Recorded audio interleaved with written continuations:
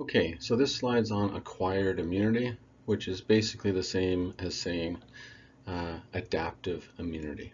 And how do we get an adaptive immunity? And there's a number of ways. So we can get it in an active way, meaning we had the infection, we went through the process and the disease, and now we have an adaptive immune system to this particular infection.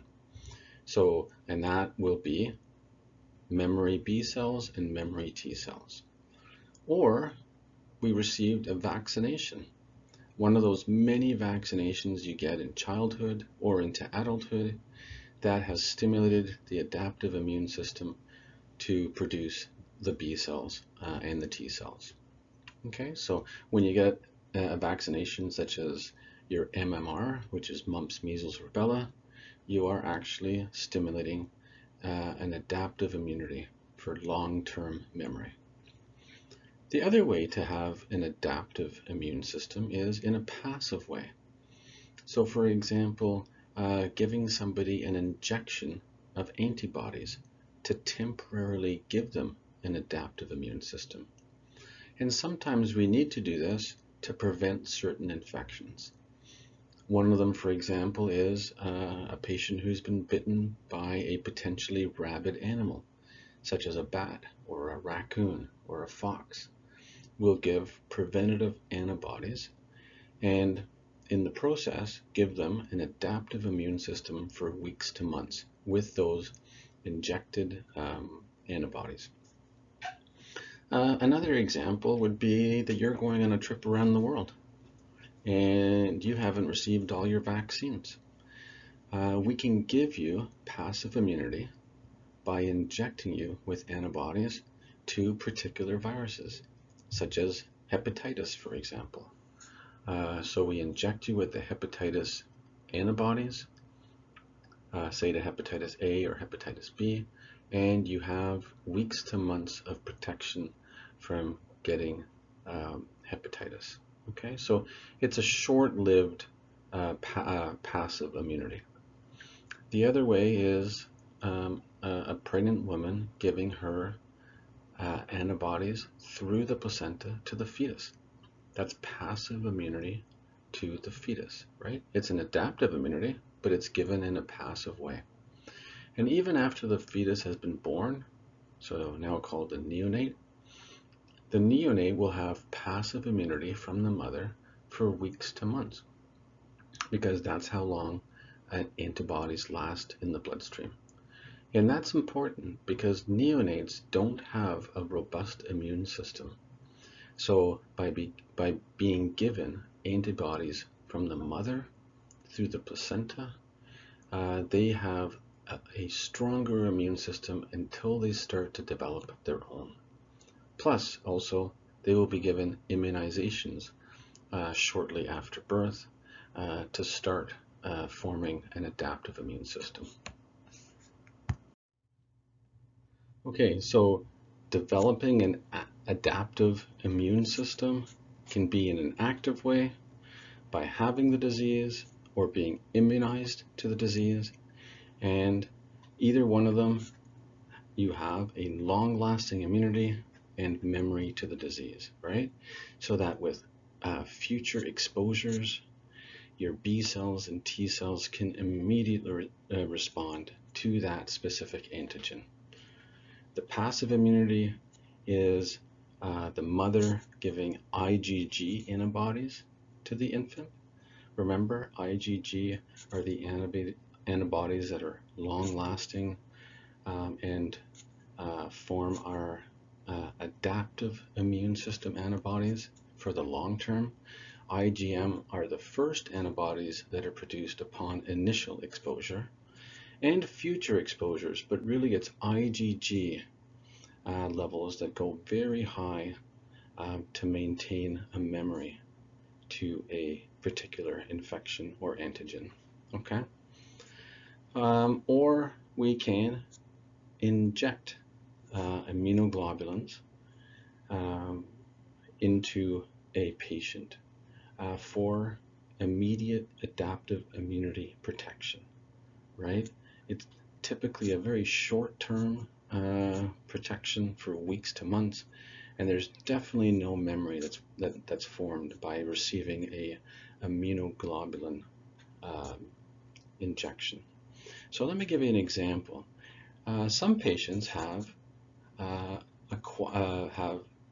immunodeficiency from birth, right? So children can have a rare condition where they're immunodeficient, and they continue into adulthood with their immunodeficiency.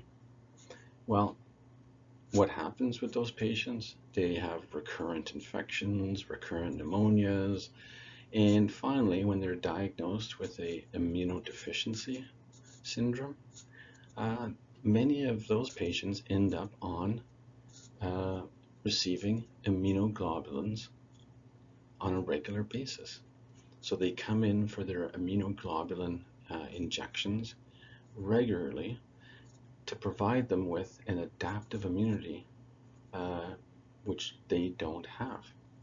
Okay, so that's just another example of how immunoglobulins work, but they only work for weeks to months when they're injected into you. Okay, so here's a lovely slide just summarizing the two ways on the left that you have, or you develop active immunity, meaning I have an active adaptive immune system, and I acquired it in an active way.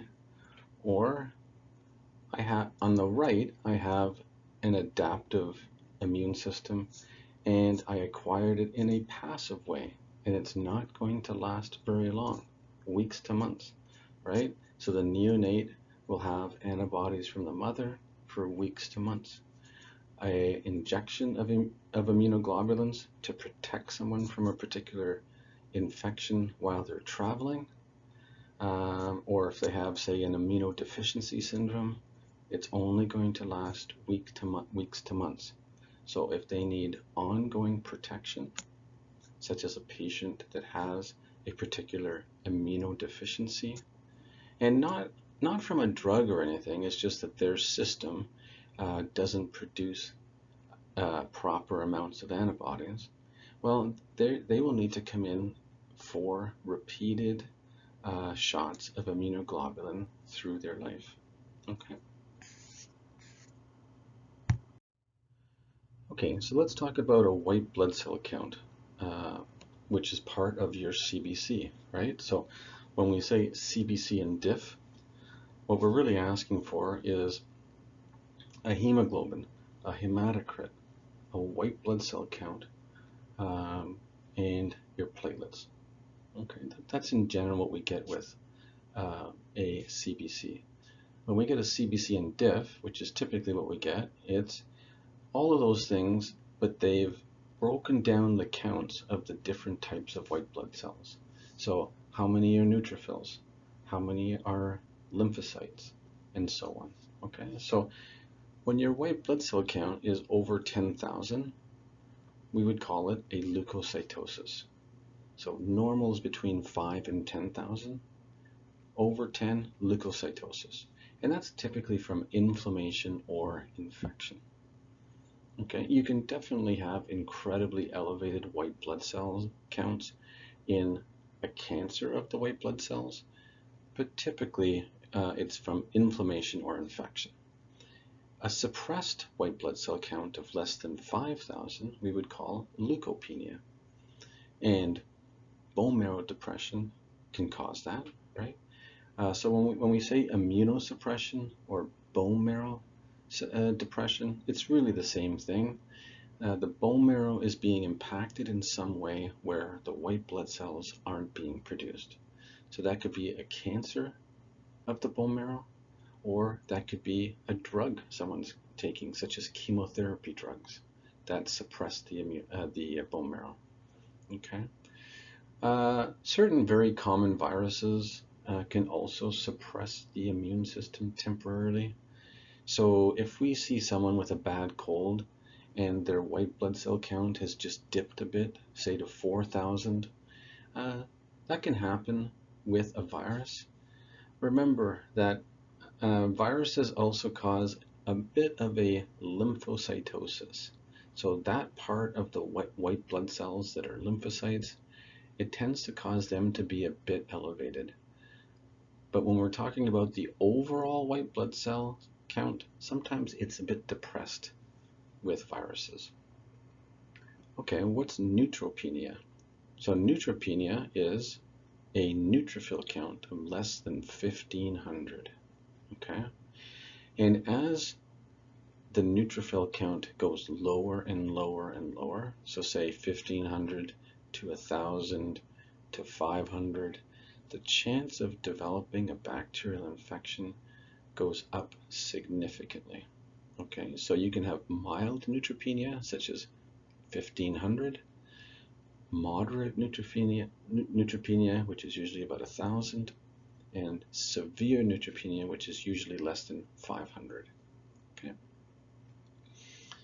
So what are bands? Well, bands we mentioned before, and that is when you have overwhelming infection in the body, and the bone marrow has decided to release white blood cells, and in particular neutrophils, early. So they're not fully developed yet. They're immature neutrophils. And so we can see that when we do a blood test, that there's increased bands, which are increased immature neutrophils. And typically it means that there's an overwhelming bacterial infection somewhere, and the bone marrow is doing everything it can to supply more and more neutrophils to fight it, including immature ones.